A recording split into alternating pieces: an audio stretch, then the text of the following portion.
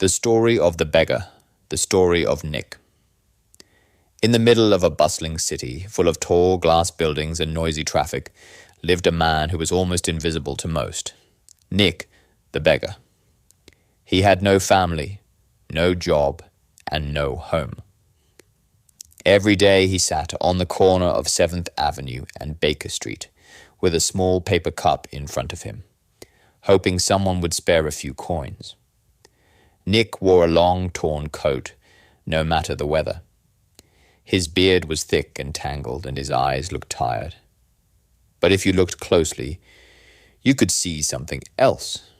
A spark of kindness, a flicker of something deeper than his outward appearance.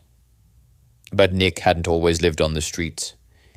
10 years ago, Nick had been known as Nicholas Hartley, a promising young man with a degree in architecture. He had a warm smile and big dreams.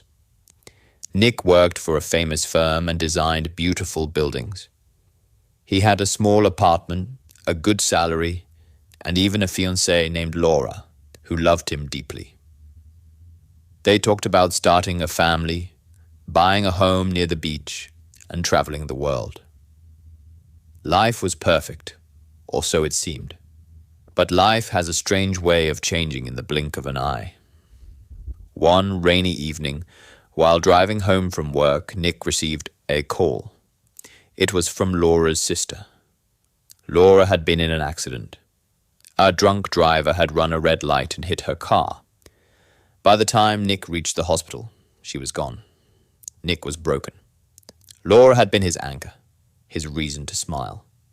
After her death, nothing mattered. He couldn't focus at work. He stopped eating, stopped seeing friends, and eventually lost his job. Bills piled up. Rent went unpaid. Depression wrapped around him like chains, and soon Nick was on the streets. At first he thought it would be temporary. A few weeks, maybe a month. But days turned into months, and months into years. People stopped recognizing him. Nick became just another beggar to the world. Life on the streets was cruel. Nick had to fight hunger, cold nights, and the harsh looks of strangers. Some people would toss coins into his cup without looking at him. Others would walk by as if he didn't exist. But Nick never lost his manners. Every time someone dropped a coin, he would say, "Thank you, bless you," even when they ignored him. He made friends with others like him.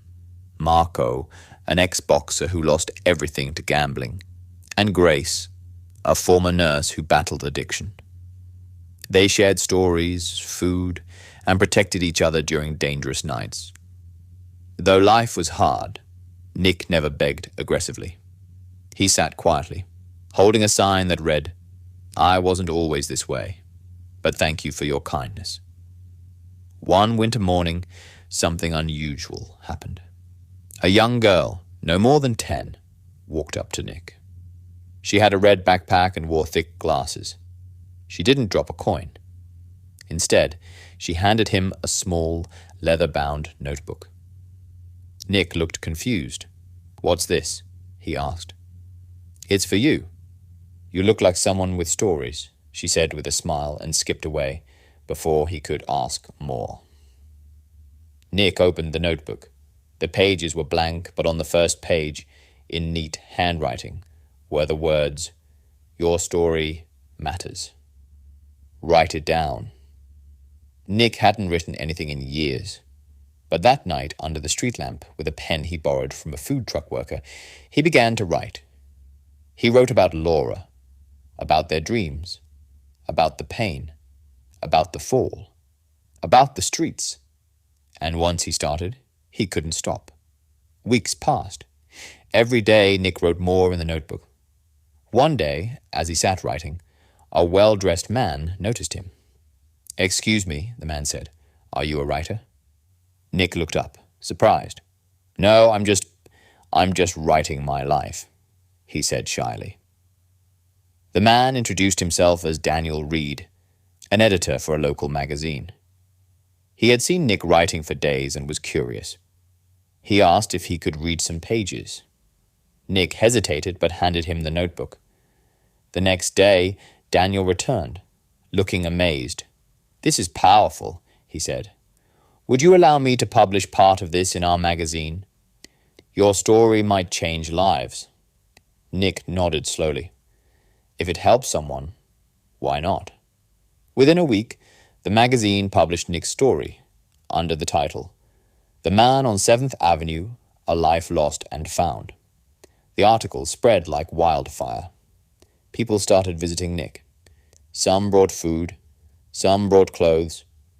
Many cried after reading his words. News channels interviewed him. Former colleagues who had lost touch reached out. But Nick remained humble. "I'm still the same man," he would say, just with a cleaner coat. Then something amazing happened. A well-known publishing house offered Nick a book deal. They wanted him to write his full story. Nick accepted. He moved into a small apartment.